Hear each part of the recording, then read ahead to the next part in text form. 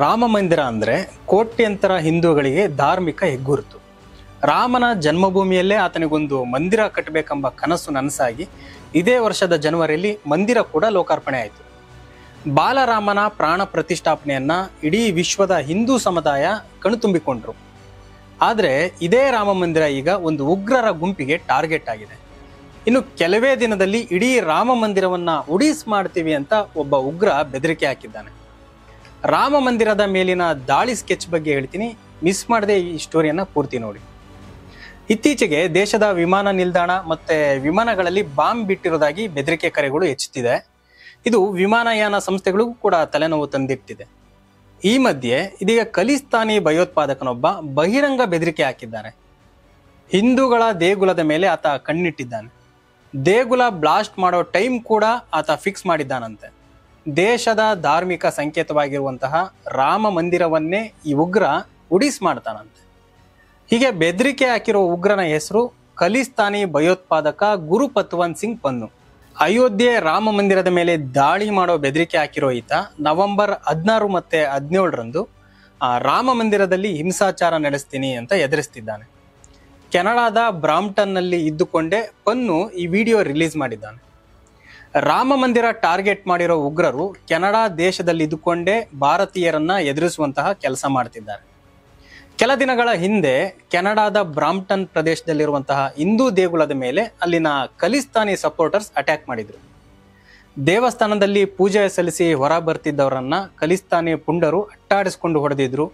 ಮಹಿಳೆಯರು, ಮಕ್ಕಳು ಅನ್ನೋದನ್ನು ನೋಡೋದಕ್ಕೆ ಅವರು ಅಟ್ಯಾಕ್ ಮಾಡಿದ್ರು. ಈಗ ಇಷ್ಟಕ್ಕೆ ಸುಮ್ಮನಾಗದ ಖಲಿಸ್ತಾನಿ ಉಗ್ರ ಗುರುಪತ್ವಂತ್ ಸಿಂಗ್ ರಾಮ ಮಂದಿರ ಕೆಡವೋದಾಗಿ ಎದುರಿಸ್ತಿದ್ದಾನೆ. ಇಲ್ಲಿ ಕೆನಡಾ ದೇಶದ ಪ್ರಚೋದನೆಯಿಂದಲೇ ಖಲಿಸ್ತಾನಿ ಉಗ್ರರು ಇಷ್ಟೆಲ್ಲ ಧೈರ್ಯ ತೋರಿಸ್ತಾ ಇದ್ದಾರೆ. ಕೆನಡಾ ಪ್ರಧಾನಿ ಜಸ್ಟಿನ್ ಟ್ರುಡೋ ಬೆಂಬಲ ಇವರಿಗೆ ಇದೆ.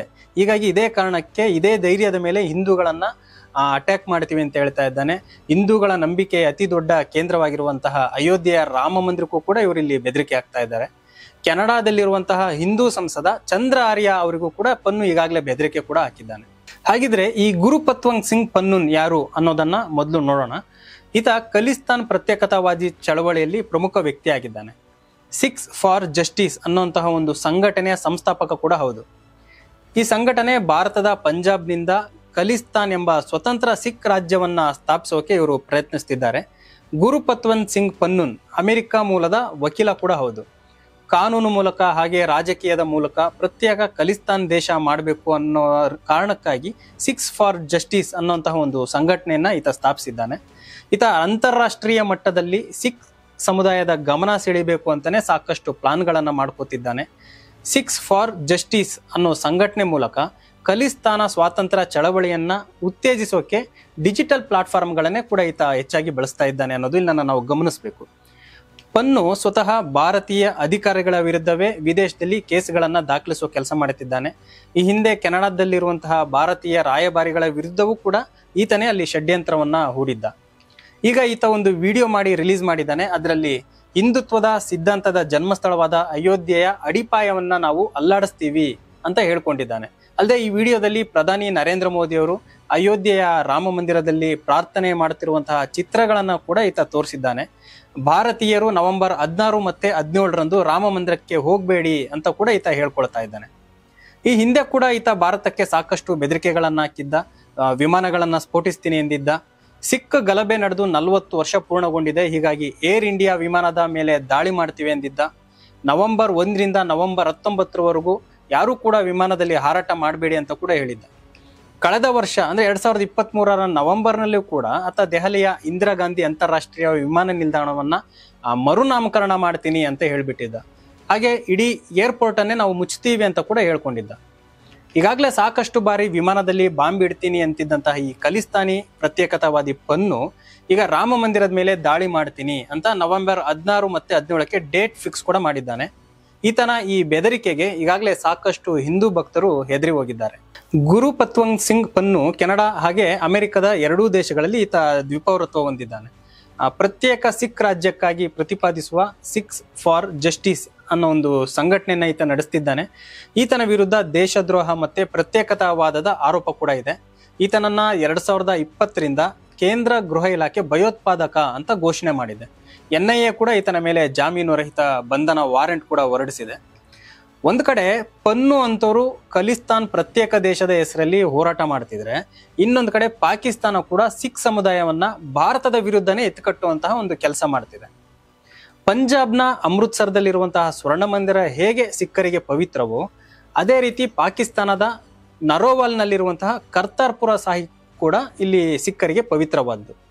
ಸಿಖ್ಖರು ಈ ಕರ್ತಾರ್ಪುರ್ ಸಾಹಿಬ್ ದರ್ಶನಕ್ಕೆ ಅಂತಾನೆ ಪಾಕಿಸ್ತಾನಕ್ಕೆ ಹೋಗ್ತಾ ಇರ್ತಾರೆ. 2019ರಿಂದ ಭಾರತ ಹಾಗೆ ಪಾಕಿಸ್ತಾನ ನಡುವೆ ಈ ಕರ್ತಾರ್ಪುರ್ ಸಾಹಿಬ್ ಕಾರಿಡಾರ್ ಅನ್ನೋಂಥ ಒಂದು ಒಪ್ಪಂದ ಮಾಡಿಕೊಳ್ಳಲಾಗಿತ್ತು. ಸಿಖ್ಖರು ಈ ದೇಗುಲ ದರ್ಶನಕ್ಕೆ ಅವಕಾಶ ಮಾಡಿಕೊಳ್ಳಲಾಗಿತ್ತು. ಆದರೆ ಪಾಕಿಸ್ತಾನ ಈ ಕರ್ತಾರ್ಪುರ್ ಸಾಹಿಬ್ಗೆ ಬರುವಂತಹ ಸಿಖ್ಖರಿಗೆ ಮೈಂಡ್ ವಾಶ್ ಮಾಡುವಂತಹ ಒಂದು ಕೆಲಸ ಮಾಡ್ತಾ ಇದೆ. ಪಾಕ್ಗೆ ಬರುವಂತಹ ಸಿಖ್ ಧರ್ಮೀಯರನ್ನೇ ಭಾರತದ ವಿರುದ್ಧ ಪ್ರಚೋದಿಸುವಂತಹ ಕೆಲಸ ಮಾಡ್ತಾ ಇದ್ದಾರೆ. ಕರ್ತಾರ್ಪುರಕ್ಕೆ ಬರುವಂತಹ ಸಿಖ್ ಧರ್ಮೀಯರಿಗೆ ಆಪರೇಷನ್ ಬ್ಲೂ ಸ್ಟಾರ್ ವಿಡಿಯೋಗಳನ್ನ ತೋರಿಸ್ತಿದ್ದಾರೆ. ಅಂದ್ರೆ 1984ರ ಜೂನ್ನಲ್ಲಿ ಸಿಖ್ ಉಗ್ರರು ಅಮೃತ್ಸರದ ಗೋಲ್ಡನ್ ಟೆಂಪಲ್ ಒಳಗೆ ಬಚ್ಚಿಟ್ಕೊಂಡಿದ್ರು. ಜರ್ನೈಲ್ ಭಿಂದ್ರನ್ವಾಲೆ ಈ ಸ್ವರ್ಣ ಮಂದಿರದ ಒಳಗೆ ಬಚ್ಚಿಟ್ಕೊಂಡಿದ್ದ. ಆಗ ಭಾರತದ ಪ್ರಧಾನ ಮಂತ್ರಿ ಇಂದಿರಾ ಗಾಂಧಿ ಅವರಿದ್ರು. ಈ ಜರ್ನೈಲ್ ಭಿಂದ್ರನ್ವಾಲೆಯನ್ನ ಮುಗಿಸೋಕೆ ಅಂತಾನೆ ಭಾರತೀಯ ಸೇನೆ ಈ ಗೋಲ್ಡನ್ ಟೆಂಪಲ್ ಒಳಗೆ ನುಗ್ಗಿದ್ರು. ಈ ದೇವಸ್ಥಾನದಲ್ಲಿ ಅವಿತಿದ್ದಂತಹ ಭಿಂದ್ರನ್ವಾಲೆ ಮೇಲೆ ದೇವಸ್ಥಾನದ ಒಳಗಡೆನೆ ಗುಂಡು ಹಾರಿಸಿ ಕೊಂದಾಕಿದ್ರು. ಪವಿತ್ರ ಮಂದಿರದಲ್ಲೇ ಸೈನಿಕರು ಗುಂಡಿನ ಕಾಳಗ ನಡೆಸಿದ್ರು. ಸಿಖ್ ಹೋರಾಟಗಾರ ಭಿಂದ್ರನ್ವಾಲೆಯನ್ನ ಹೊಡೆದು ಕೊಂದಿದ್ರು. ಇದೇ ವಿಚಾರ ಇಡೀ ಸಿಖ್ ಸಮುದಾಯವನ್ನ ಕೆರಳಿಸಿತ್ತು. ಇದಾದ ಬಳಿಕ ಇಂದಿರಾ ಗಾಂಧಿ ಅವರನ್ನ ಅವರ ಸಿಖ್ ಅಂಗರಕ್ಷಕರೇ ಕೂಡ ಕೊಂದು ಹಾಕಿದ್ರು. ಈಗ ಪಾಕಿಸ್ತಾನ ಈ ಆಪರೇಷನ್ ಬ್ಲೂ ಸ್ಟಾರ್ ಏನ್ ನಡೀತು, ಆ ಸ್ವರ್ಣ ಮಂದಿರದಲ್ಲಿ ನಡೆದಂತಹ ಈ ಒಂದು ಮಿಲಿಟರಿ ಕಾರ್ಯಾಚರಣೆಯ ವಿಡಿಯೋವನ್ನ ತನ್ನ ದೇಶಕ್ಕೆ ಬರುವಂತಹ ಸಿಖ್ಖರಿಗೆ ತೋರಿಸಿ ಪ್ರಚೋದನೆ ಕೊಡ್ತಾ ಇದೆ. ಗುರುದ್ವಾರಕ್ಕೆ ಬರುವಂತಹ ಸಿಖ್ ಯಾತ್ರಿಕರಿಗೆ ಭಾರತ ವಿರೋಧಿ ಭಾವನೆ ಹುಟ್ಟಾಗ್ತಾ ಇದೆ. ಆದ್ರೆ ಇದಕ್ಕೆ ಕೌಂಟರ್ ಕೊಡೋಕೆ BSF ಕೂಡ ಪ್ಲಾನ್ ಮಾಡ್ಕೊಂಡಿದೆ. ಸಿಖ್ ಯಾತ್ರಿಗಳಲ್ಲಿ ದೇಶಭಕ್ತಿ ಹೆಚ್ಚಿಸೋಕೆ ಸಾಕಷ್ಟು ಕಾರ್ಯಕ್ರಮಗಳನ್ನು ಕೂಡ ಹಮ್ಮಿಕೊಳ್ತಾ ಇದೆ. ಒಂದು ಕಡೆ ಕೆನಡಾದಲ್ಲಿರುವಂತಹ ಖಲಿಸ್ತಾನಿ ಹೋರಾಟಗಾರರು ನೇರವಾಗಿ ಭಾರತದ ಮೇಲೆ ಯುದ್ಧ ಸಾರೋ ಕೆಲಸ ಮಾಡ್ತಿದ್ದಾರೆ. ರಾಮ ಮಂದಿರ ಬ್ಲಾಸ್ಟ್ ಮಾಡ್ತೀವಿ ಅನ್ನುವಂತಹ ಒಂದು ಬೆದರಿಕೆ ಹಾಕ್ತಾರೆ. ಇನ್ನೊಂದು ಕಡೆ ಪಾಕಿಸ್ತಾನ ಸಿಖ್ಖರನ್ನ ಅವರ ಧರ್ಮದ ಹೆಸರಲ್ಲಿ ಭಾರತದ ವಿರುದ್ಧವೇ ದ್ವೇಷ ಕಾರುವಂತೆ ಮಾಡ್ತಾ ಇದೆ. ಇಂತಹ ದುಷ್ಟರ ಕೂಟವನ್ನ ಬಗ್ಗು ಬಡಿಯೋಕೆ ಭಾರತ ಸರ್ಕಾರ ಕೂಡ ಸಾಕಷ್ಟು ಕೆಲಸ ಮಾಡ್ತಾನೆ ಇದೆ. ರಾಮ ಮಂದಿರ ಅನ್ನೋದು ಇಡೀ ಹಿಂದೂಗಳ ಅಸ್ಮಿತೆ. ಇಲ್ಲಿ ಇಂತಹ ರಾಮನ ಮಂದಿರಕ್ಕೆ ಬೆದರಿಕೆ ಹಾಕಿದ ಪನ್ನು ಬಗ್ಗೆ ನೀವೇನಂತೀರಿ? ನಿಮ್ಮ ಅಭಿಪ್ರಾಯ ತಿಳಿಸಿ, ಕಮೆಂಟ್ ಮಾಡಿ. ಹಾಗೆ ನೋಡ್ತಾ ಇರಿ ಲಯನ್ ಟಿವಿ.